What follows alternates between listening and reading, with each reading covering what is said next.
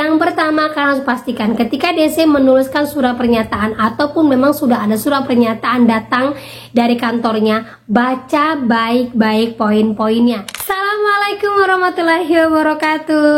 Apa kabar teman-teman semuanya? Semoga semua dalam keadaan sehat walafiat ya. Diberikan kesehatan dan kelancaran di hari ini, semakin semangat dan semakin menambah wawasan tentang pinjol. Oke teman-teman, kali ini saya akan membahas tentang ratusan DC sudah diblokir sama OJK. Berapa lama masih aman untuk gabay? Nah, kita akan bahas, tapi sebelumnya saya harapkan kalian semuanya sudah subscribe channel ini agar channel ini terus berkembang dan dapat memberikan informasi terbaik buat kalian yang gabay. Oke teman-teman, ini dia buat kalian.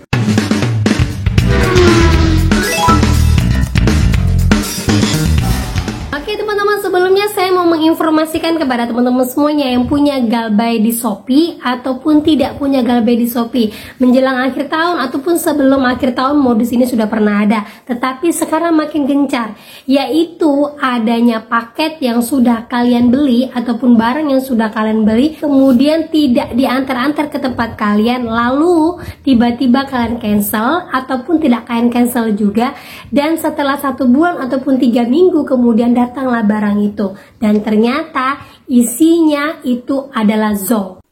Nah ini dia teman-teman ya, ada yang pernah ketipu nggak? Barusan aku ngalamin kemarin pesan barang di Shopee, nah lama nggak dikirim, akhirnya dibatalin dari pihak Shopee. Kok tadi ada kurir dari JNT ngantar paket yang sama dengan paket yang udah dibatalin tadi. Aku udah bilang kalau paketnya udah dibatalin, tapi kurirnya bilang udah masuk sistem mbak. Akhirnya aku bayar 220.000.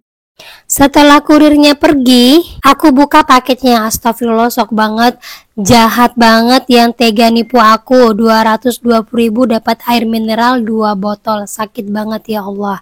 Nah, ternyata kejadian ini juga barusan terjadi di teman saya, teman satu sekolah anak saya.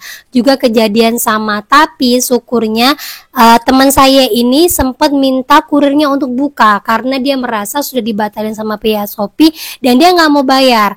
Akhirnya setelah dibuka sama pihak kurirnya tadi, ternyata di dalamnya itu Zong, hanya kain-kain perca yang sudah nggak layak dipakai, dan dia kembalikan lagi kepada kurirnya. Sementara kakak ini yang share kejadiannya di sosial media tidak membukanya dulu. Nah, buat teman-teman semuanya yang nanti next bakalan kejadian seperti ini, karena ini sudah akhir tahun teman-teman ya, pasti bakalan banyak modus-modus yang akan dikeluarkan oleh orang-orang yang bertanggung jawab. Kalau seandainya kalian mendapati hal yang seperti ini, terus kalian merasa sudah dibatalin, jangan pernah terima paket itu. Kalaupun kurirnya maksa untuk terima paket itu, kalian bisa minta kurirnya untuk membuka paketnya di situ dan di videoin, biar nantinya kurirnya bisa kembalikan ke ekspedisinya atau ke Shopee-nya bahwa ini adalah paket penipuan. Nanti bisa ditelusurin dan tokonya bisa ditutup. Gue teman-teman ya, tetap waspada, tetap hati-hati, apalagi yang punya galbay di Shopee. Pasti untuk kejadian-kejadian seperti ini sudah diasuransi dan kurirnya tetap mendapatkan uangnya kembali. Jadi jangan khawatir teman-teman ya.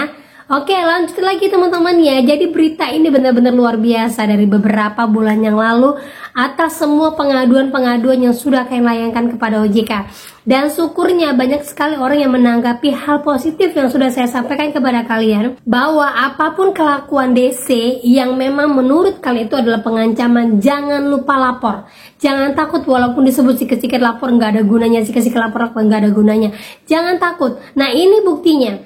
Ada sekitar 500 lebih DC yang sudah dibekukan oleh OJK akibat pengaduan kalian. Nah, atas pengaduan ini, serangkaian penegakan ketentuan terus dilakukan, termasuk dengan menjatuhkan sanksi administrasi kepada pelaku usaha yang melanggar POJK. Nah, ini berupa sanksi denda senilai ratusan juta yang membuat pinjol-pinjol tersebut sekarang kalau misalnya mengirimkan WA kepada kalian, kalau isiannya cacian atau makian, dia tidak akan menyebutkan nama aplikasi. Tapi kalau masih menyebutkan nama aplikasi, pasti kata-katanya masih halus. Pernah dapatkan ya? Nah, dari hal ini, apakah masih aman untuk terus galbay dan berapa lama waktu untuk amannya galbay? Nah, di sini ada saya kelompokkan beberapa hal untuk yang sering bertanya, Mbak, Kalau saya ada galbay di beberapa aplikasi, sampai kapan saya amannya? Kalau hutang ini ada di Slik OJK, apakah dia akan hilang sendiri atau wajib kita bayarkan? Nah, buat yang sering bertanya seperti ini, saya sudah kelompokkan dan semoga kalian nonton video pembahasan saya ya. Oke, kita lanjut saja yang pertama. Sampai kapan kita bisa galbay? Apakah 2 tahun, 3 tahun, apakah selamanya? Nah, jawabannya adalah sampai semampu kalian berani untuk galbay. Kenapa saya katakan berani untuk galbay? Karena galbay itu butuh mental. Ada yang sudah galbay tahunan, terus terorannya sepi, tiba-tiba muncul lagi teroran, akhirnya down lagi. Ya, setelah down lagi, akhirnya dia coba untuk cari pinjaman kayak lubang sana sini, dan akhirnya muncul lagi pinjaman baru. Nah, kalau kalian masih mampu untuk terus bertahan, lanjutkan galbay, jangan pernah berhenti. Yang namanya galbay itu teror pasti akan terus ada. Mau 3 tahun galbay, mau 6 tahun galbay, pasti akan ada teroran. Apalagi yang hutangnya masuk ke dalam Slik OJK. Kalau yang tidak masuk ke dalam Slik OJK, ini pengalaman teman saya, sudah 3 tahun dia mengikuti saya di vlog YouTube saya, ada galbay di Rupiah Cepat, tidak masuk ke dalam Slik OJK. Sekarang sudah aman, walaupun teroran masih ada, tetapi dia abaikan karena hutangnya sudah terhitung lunas oleh asuransi. Karena udah 3 tahun, otomatis pinjol pasti akan mencairkan asuransi untuk hutang-hutang yang sudah macet lama. Ya, jadi nggak usah khawatir. Sampai kapan? Sampai kalian mampu untuk bertahan. Ya, lanjut lagi yang kedua. Apakah hutang itu akan hilang sendiri ketika kita terus-terusan galbay, ataukah kita wajib melunaskan hutang kita yang masuk ke dalam Slik OJK? Nah, ini kategorinya untuk Slik OJK, teman-teman ya. Kalau memang sudah masuk ke dalam Slik OJK, itu tergantung kebutuhan kalian lagi. Sampai kapan kalian mampu untuk bertahan tidak membayarkan hutang di Slik OJK? Karena hutang di Slik OJK itu hilang dengan 2 cara. Yang pertama itu kita bayarkan, yang kedua itu memang penghapusan hutangnya sendiri oleh pinjol-pinjolnya melalui asuransi ataupun melalui kebijakan dari perusahaannya. Kalau yang untuk asuransi atau kebijakan itu memang butuh waktu.